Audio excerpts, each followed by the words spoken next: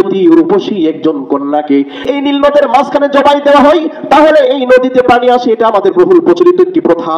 যদি এই কাজ না করা হয় এই নদীতে পানি আসবে না। আমর ইবনুল আসের কানে যখন এমন সংবাদ পৌঁছালো, তিনি বললেন, না, এমন শিরকি কুফরি কাজ আমার দ্বারা সম্ভব নয়। আমরা যিনি ইসলামের মানুষ, আমরা ইসলামের পক্ষের মানুষ, আমরা শিরকের দিকে যাব না। বলে, ঠিক আছে, যদি আপনি এমন কাজ না করেন তাহলে আমাদের পানির ব্যবস্থা করে দেন। হযরত আমর ইবনুল আস রাদিয়াল্লাহু তাআলা আনহু ওমর ফারুকের কাছে চিঠি লিখলেন, ও খলিফাতুল মুসলিমিন ওমর, মিশরে এমন একটা পানির সংকট দেখা দিয়েছে, বহুল প্রচলিত আরোহণ করে যখন নীল দরিয়ার মাঝখানে চিঠি ফেলে দিলেন, চিঠি ফেলে দেওয়ার সঙ্গে সঙ্গে চতুর্দিক থেকে এমন ভাবে পানি আসা আরম্ভ হয়ে গেল, নীল দরিয়া আল্লাহ তাআলা পানিতে ভরপুর করে দিলেন। সুবহানাল্লাহ। আসলে চিঠিতে ছিলটা কি, যে চিঠির কারণে নীল দরিয়া। সাহিত্যিকরা আবু জেহেলের কানা কানা বলছে, ভাই ওয়াল্লাহি মা মিনকুম আহাদুন আ'লামা বিল আসহারি মিন্নি, এই কাবার খিলাফের কসম করে বলি, মুহাম্মদ যা বলতেছে এটা নিঃসন্দেহে তার বানানো কোনো কথা নয়, এটা আল্লাহর কথা। আপনি যে কথাগুলি বলেন এগুলি কি আপনার মন গড়া নাকি আল্লাহর পক্ষ থেকে নাজিলকৃত? আল্লাহ রাসূল সাল্লাল্লাহু আলাইহি সাল্লাম বলেন এগুলি আল্লাহর পক্ষ থেকে নাজিলকৃত। আপনি কি সত্য নবী নাকি মিথ্যা নবী? হ্যাঁ, আমি সত্য নবী। আপনার দিন সত্য না মিথ্যা? আমার দিন সত্য। তাহলে আর দেরি নয়, আর লুকে লুকে নয়, আর গোপনে নয়, আর ভিতরে নয়, আর দেরি নয়, এক্ষুনি মক্কাতে আমরা ঘোষণা দিয়ে দিব, ইসলাম একমাত্র সত্য ধর্ম। এই ইসলামের কার্যক্রম গোপনে নয়, এখন থেকে প্রকাশ্যে মক্কার অলিত গলিতে পৌঁছানোর দায়িত্ব আমি ওমরের বলি। সব ঠিক আছে, কিন্তু ঈমান নেই। ঈমানের সাথে ইস্তিকামত থেকে আল্লাহ পাক বলেন, ওয়াল্লাযীনা জাহাদু ফীনা লানাহদিয়ান্নাহুম সুবুলানা ওয়া ইন্নাল্লাহা লামাআল মুহসিনিন। যারা আল্লাহ তাআলার পথে সংগ্রাম করে, আল্লাহর পথে চলার জন্য নিজেকে তৈরি করে, আমি আল্লাহ তার পথ চলাকে সহজ করে দেই। সুবহানাল্লাহ। শুধু তাই নয়, ইন্নাল্লাহা লামাআল মুহসিনিন, ওই ভালো কাজ করনে ওয়ালাদের সাথে আমি আল্লাহ। জুমাদিউস সানি 1446 হিজরি, 21 অগ্রহায়ণ 1431 বঙ্গাব্দ, 6 ডিসেম্বর 2024। পবিত্র জুমাবার আল্লাহ পাক রব্বুল আলামিন আমাদেরকে দুনিয়াবী সকল দায় দায়িত্ব, সকল ঝামেলা, সকল কাজকর্মকে উপেক্ষা করে আল্লাহ তাআলার ঘর, পবিত্র ঘর মসজিদে এসে বসে বিশ্বনবী মুহাম্মদুর রাসূলুল্লাহ সাল্লাল্লাহু আলাইহি সাল্লামের প্রতি দরুদ শরীফ পড়ার আল্লাহ তাআলা আমাদেরকে তৌফিক দান করলেন। এই মহান রবের দরবারে শুকরিয়া জ্ঞাপন করি, দিল থেকে পড়ি আলহামদুলিল্লাহ। আরো শুকরিয়া আদায় করি আল্লাহ তাআলার দরবারে যে মালিক আমাদেরকে আখিরে জামানার নবী, সরদারে দু আলম, দু জাহানের বাদশাহ, আকায়ে নামদারে তাজদারে মদিনা জনাবে মুহাম্মদুর রাসূলুল্লাহ সাল্লাল্লাহু আলাইহি ওয়াসাল্লাম, শ্রেষ্ঠ নবীর শ্রেষ্ঠতম উম্মত আল্লাহ তাআলা আমাদেরকে বানিয়েছেন, শ্রেষ্ঠত্বের মর্যাদা দান করেছেন। সেই নবীর শ্রেষ্ঠ উম্মত হিসেবে আরেকবার শুকরিয়া জ্ঞাপন করি, বলি আলহামদুলিল্লাহ। সম্মানিত উপস্থিতি, আল্লাহ পাক রব্বুল আলামিন সূরা আনকাবুতের 69 নম্বর আয়াতে বলেন, ওয়াল্লাযীনা জাহাদু ফীনা লানাহদিয়ান্নাহুম সুবুলানা ওয়া ইন্নাল্লাহা লামাআল মুহসিনিন। যেই সমস্ত বান্দারা, যেই সমস্ত জাতিরা আমি আল্লাহ তাআলার উদ্দেশ্যে সংগ্রাম করে, চেষ্টা করে, আমি তাদেরকে অবশ্যই আমার পথে পরিচালিত করব। সুবহানাল্লাহ। ওয়া ইন্নাল্লাহা লামাআল মুহসিনিন, আল্লাহ তাআলা অবশ্যই ভালো সৎকর্ম পরায়ণদের সঙ্গে থাকেন। যারা সৎকর্ম করেন, যারা ভালো কাজ করেন, অবশ্যই তাদের সাথে আল্লাহ তাআলা আছেন এবং থাকবেন। রাসূল সাল্লাল্লাহু আলাইহি সাল্লামের হাদিস থেকে একটি হাদিস তেলাওয়াত করেছি, কুল আমানতু বিল্লাহি সুম্মা ইসতাকিম। রাসূল করিম সাল্লাল্লাহু আলাইহি সাল্লাম বলেন, হে রাসূল, আপনি বলুন আমি এক আল্লাহ তাআলার উপর ঈমান আনলাম এবং সেই আল্লাহ তাআলার প্রতি অটল এবং অবিচল থাকলাম।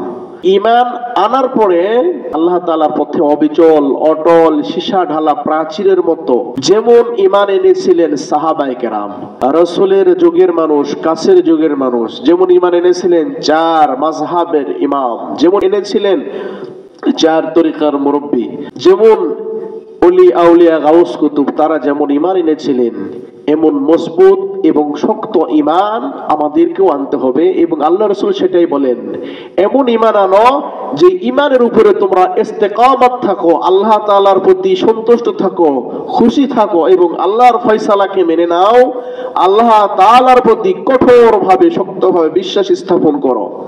যারা আল্লাহ তাআলার প্রতি শক্তভাবে, কঠিনভাবে বিশ্বাস স্থাপন করতে পারবে, আল্লাহ পাক রব্বুল আলামিন তাদের জন্য সুসংবাদ প্রদান করেছেন, তাদের পরকালীন জীবনে জান্নাতের মালিক বানায়া দিবেন। সুবহানাল্লাহ। যেমন ঈমান এনেছিলেন হযরত ওমর ফারুক রাদিয়াল্লাহু তাআলা আনহু।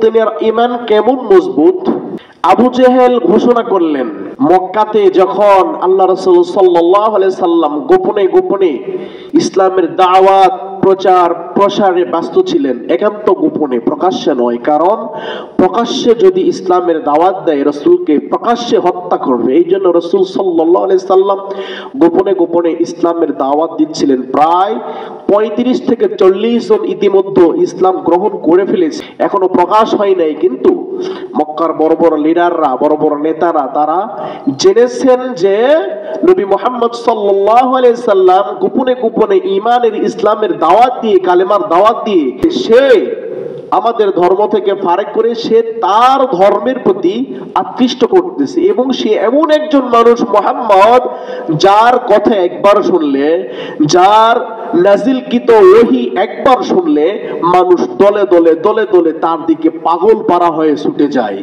এমন খবর যখন এলাকায় ছড়িয়ে পড়লো, সবাই ব্যস্ত হয়ে গেল। আমাদের দলের লোক, আমাদের ধর্মের লোক, পৌত্তলিকের লোক, লাত মানাত উজ্জাতের পূজা করনেওয়ালা লোক, 360 মূর্তির পূজা করনেওয়ালা আমাদের দল বলতো কমে যাচ্ছে।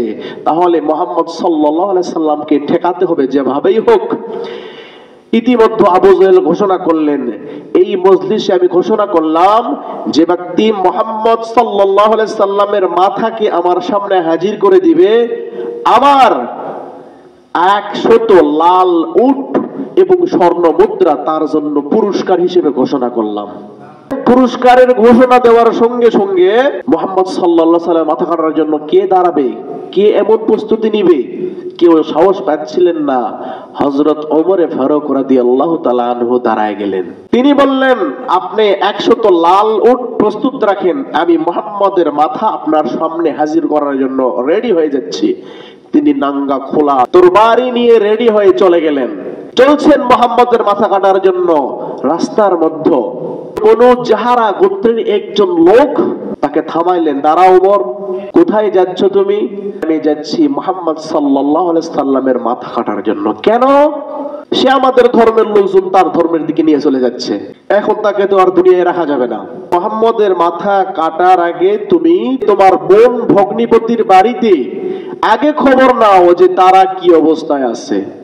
ওমর ফারুক রাদিয়াল্লাহু তাআলা আনহু অবাক হয়ে গেলেন, কারণ আমি যাচ্ছি মুহাম্মদের মাথা কাটার জন্য, আর আমার বোনের বাড়িতে আমি যাব মানে? হ্যাঁ, তোমার বোনের আগে খবর নাও, তাদের বাড়িতে যাও, তারা তো ইতিমধ্যে মুহাম্মদ সাল্লাল্লাহু আলাইহি সাল্লামের কাছে কালেমা পড়ে মুসলমান হয়ে গেছেন। সুবহানাল্লাহ।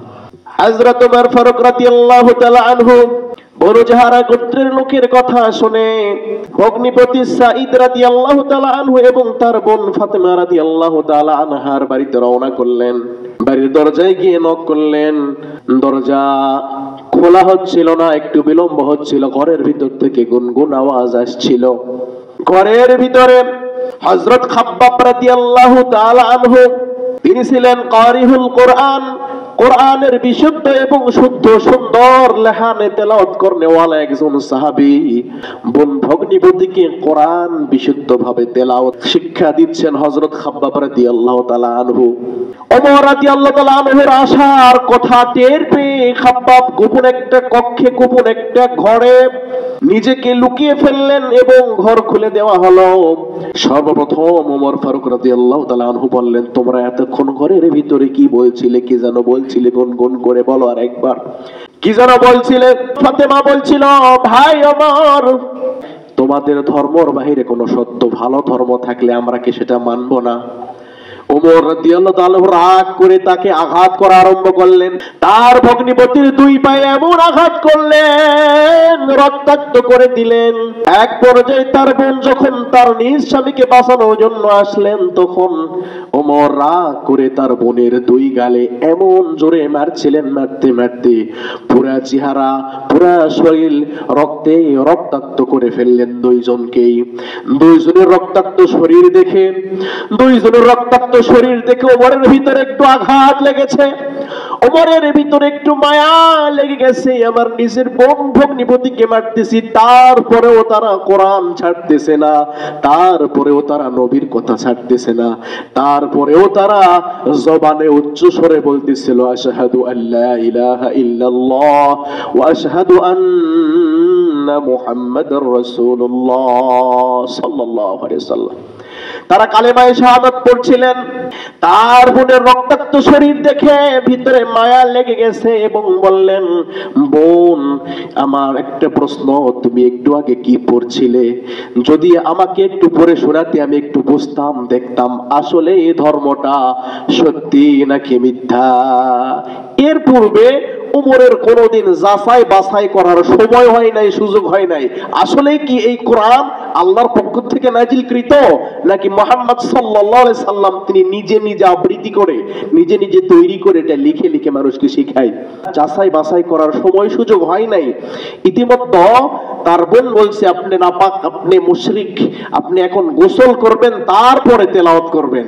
গোসল করলেন এবং চামড়ার উপরে অঙ্কন করা আরবি অক্ষরে সূরা তাহার 5টি আয়াত এইগুলি হাতে নিয়ে হযরত উমর ফারুক রাদিয়াল্লাহু তাআলা আনহু দেখলেন আর পড়লেন আর ভাবলেন, আল্লাহু আকবার, এমন সন্ধে সন্ধে মিলানো তাহা মা আনজালনা আলাইকাল কোরআন লিতাশকা, এমন সুন্দর সুন্দর সন্ধে সন্ধে মিলানো, এটা তো মুহাম্মদ কোনোদিন স্কুলেও যায় নাই, মুহাম্মদ কোনোদিন কারো কাছে পড়েও নাই, মুহাম্মদ কোনোদিন কারো কাছে সরিয়ে সরিয়ে ক খ এ বি সি আলিফ বা তা।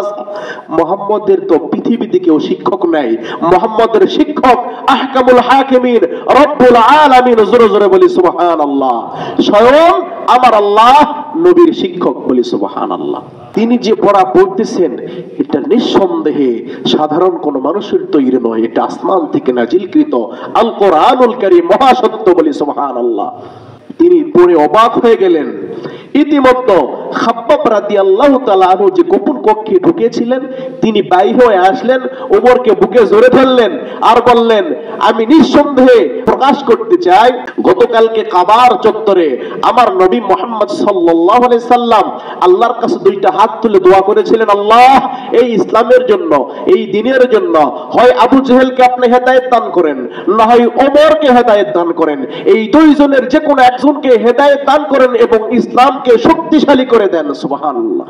আল্লাহ পাক রব্বুল আলামিন নিঃসন্দেহে নবী মুহাম্মদ সাল্লাল্লাহু আলাইহি সাল্লামের দোয়া কবুল করেছেন এবং আপনাকে হেদায়েত দান করেছেন। ওমর ফারুক রাদিয়াল্লাহু তাআলা আনহু তার বোন জামাই এবং খাব্বাব রাদিয়াল্লাহু তাআলা আনহুকে নিয়ে সাফার, মারওয়ার পাহাড়ের কাছে একটা জায়গা দারুল আরকান, সেখানে নবী লোকদিককে কোরআন সুন্নাহ শিক্ষা দিতেন। ওই জায়গাতে যখন গেলেন, আল্লাহ রাসূলের চাচা আমির হামজা রাদিয়াল্লাহু তাআলা আনহু দাঁড়ায় গেলেন, হে ওমর সাবধান হয়ে যাও, যদি নবীর গায়ে কোনো আঘাত করো। আমির হামজা তো এখনো জানে নাই যে ওমর মুসলমান হওয়ার জন্য এসেছে। হে ওমর তুমি সাবধান হয়ে যাও, যদি আমার নবীর গায়ে কোনো আঘাত পড়ে, তোমার ডানে বামে সামনে পিছনে কেউ নাই, তোমার গর্দানকে দ্বিখণ্ডিত করা হবে। ওমর ফারুক রাদিয়াল্লাহু তাআলা আনহু আল্লাহ রাসূলের সামনাসামনি গেলেন, আমি ওমরকে বুকে জড়িয়ে ধরে তার জন্য দোয়া করব, নিঃসন্দেহে আমি ওমরের চেহারায় হেদায়েতের নূর দেখতে পাচ্ছি, বলি সুবহানাল্লাহ। ওমর ফারুক রাদিয়াল্লাহু তাআলা আনহু নবী সাল্লাল্লাহু আলাইহি সাল্লামের কাছে গেলেন এবং উচ্চ স্বরে বললেন, আশহাদু আল্লা ইলাহা ইল্লাল্লাহ ওয়া আশহাদু আন্না মুহাম্মাদুর রাসূলুল্লাহ। ইয়া রাসূলুল্লাহ, আপনি বলুন, আপনি যে কথাগুলি বলেন এগুলি কি আপনার মন গড়া নাকি আল্লাহর পক্ষ থেকে নাজিলকৃত? আল্লাহ রাসূল সাল্লাল্লাহু আলাইহি সাল্লাম বলেন, এগুলি আল্লাহর পক্ষ থেকে নাজিলকৃত। আপনি কি সত্য নবী নাকি মিথ্যা নবী? হ্যাঁ আমি সত্য নবী। আপনার দিন সত্য না মিথ্যা? আমার দিন সত্য। তাহলে আর দেরি নয়, আর লুকে লুকে নয়, আর গোপনে নয়, আর ভিতরে নয়, আর দেরি নয়, এক্ষুনি মক্কাতে আমরা ঘোষণা দিয়ে দিব, ইসলাম একমাত্র সত্য ধর্ম। এই ইসলামের কার্যক্রম গোপনে নয়, এখন থেকে প্রকাশ্যে মক্কার অলিতে গলিতে পৌঁছানোর দায়িত্ব আমি ওমরের, বলি সুবহানাল্লাহ। তখন এই দিন ইসলাম, এই কোরআন প্রচার প্রসার হয়ে গেল, এমনকি সারা জাহানের ভিতরে, সারা পৃথিবীতে ওমরের মতো শাসক কিয়ামত পর্যন্ত আর দ্বিতীয় কোন জন ব্যক্তি তৈরি হবে, ওমরের মতো শাসক পৃথিবীতে আর কোনোদিন আসবে না। তাহলে ওমরের ঈমানটা কেমন? তিনি মুসলমান হয়ে গিয়েছেন, ঈমান এনেছেন, কুল আমানতু বিল্লাহ, আল্লাহর উপর ঈমান এনেছেন, সুম্মাস্তাকিম, এমন ইস্তেকামত কায়েম করেছেন যে তার ঈমান এমন কঠিন, এমন মজবুত। হযরত ওমর যে রাস্তা দিয়ে যাইতো, ওই রাস্তা দিয়ে কতদিন? 40 দিন পর্যন্ত কোন শয়তান প্রবেশ করা তো দূরের কথা, যাওয়ার মতো ইচ্ছাও পোষণ করতো না। এমন সাংঘাতিক শক্ত ঈমানে ওরে। আমাদের ঈমান তো অনেক দুর্বল। আল্লাহ রাসূল যে দোয়া করেছিলেন, আল্লাহ দুইজনের একজনকে হেদায়েত দাও, আল্লাহ পাক ওমরের জন্য কবুল করলেন, আর আবু জেহেলের জন্য কবুল করলেন না। কেন? এখানে দুইটা বিষয়। আবু জেহেল জানতো, বুঝতো নবী যা বলে তা সত্য, নবী যা প্রচার করে আসলেই সত্য। নবীকে কন্টেস্ট করার জন্য আরবি সাহিত্যিক এবং আরবের সবচেয়ে বড় পারদর্শী যে আরবি ভাষায় কবিতা লেখে, এমন বড় বড় পারদর্শীদেরকে নিয়ে এসেছিলেন কাবার চত্বরে, যে মুহাম্মদের সাথে তর্ক বিতর্ক হবে। তখন মুহাম্মদ সাল্লাল্লাহু আলাইহি সাল্লামকে ডাকা হলো এবং মুহাম্মদের কোরআন তেলাওয়াত শুনলেন।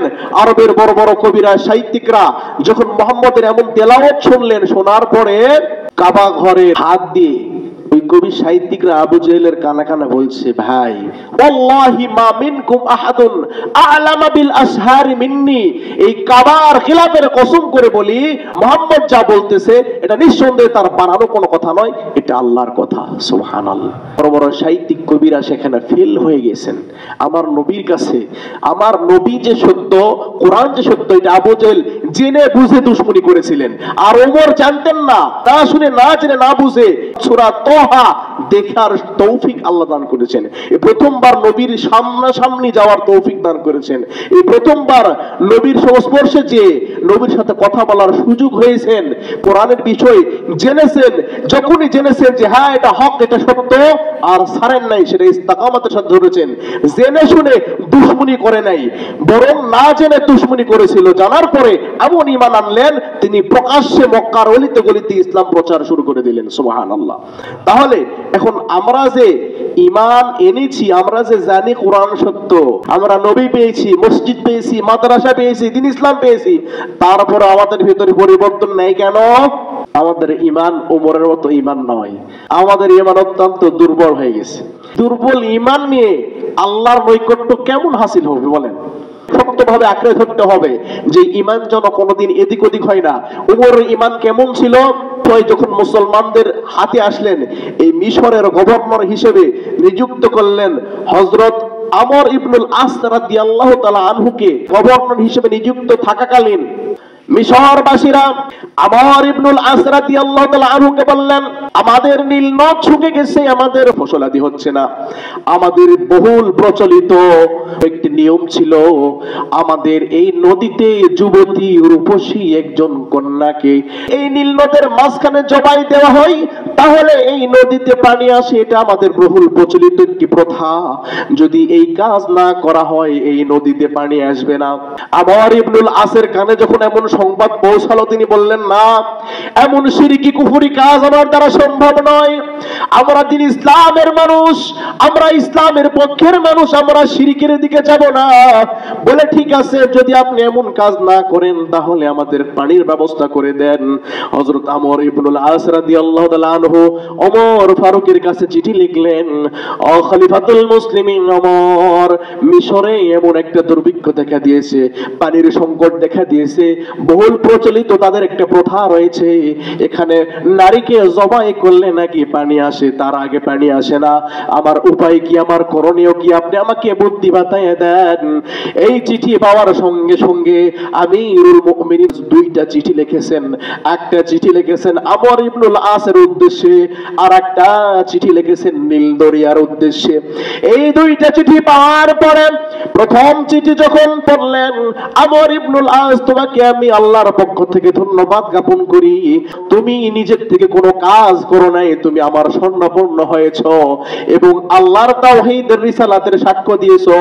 তুমি শিরক এবং কুফরের আশ্রয় গ্রহণ করো নাই, এই জন্য তোমাকে ধন্যবাদ জানানো হচ্ছে। আর অপর যে চিঠি দিয়েছি, এই চিঠিটা চিঠিটা নীল দরিয়ার মাঝখানে যাইয়া একজন ফেলে দিবে এবং সেখান থেকে চলে আসবে। ঠিক তেমনই করা হলো। শত শত হাজার হাজার লোক দেখতেছে চিঠির কারণে নাকি নদীতে পানি আসবে। এটা আবার কেমন ধরনের কথা? এতদিন পর্যন্ত আমরা প্রতি বছর একজনকে বলি দেই, এই বলিদান দেওয়ার কারণে নদীতে পানি আসে, আর আজকে চিঠি দিলেই পানি আসবে? এ কেমন কথা? এমন একটা পরিস্থিতিতে আল্লাহর এক বান্দা ঘোড়ায় আরোহণ করে যখন নীল দরিয়ার মাঝখানে চিঠি ফেলে দিলেন, চিঠি ফেলে দেওয়ার সঙ্গে সঙ্গে চতুর্দিক থেকে এমন ভাবে পানি আসা আরম্ভ হয়ে গেল, নীল দরিয়া আল্লাহ তাআলা পানিতে ভরপুর করে দিলেন। সুবহানাল্লাহ। আসলে চিঠিতে ছিলটা কি যে চিঠির কারণে নীল দরিয়া ভরপুর হয়ে গেল? খলিফাতুল মুসলিমিন হযরত ওমর রাদিয়াল্লাহু তাআলা আনহু লিখেছেন, আল্লাহর বান্দা মুসলমানদের আমির ওমর এর পক্ষ থেকে, হে নীল দরিয়া, তুমি যদি তোমার পক্ষ থেকে প্রবাহিত হও, তোমার পানির আমার কোনো প্রয়োজন নাই, আমাদের কোনো দরকার নাই।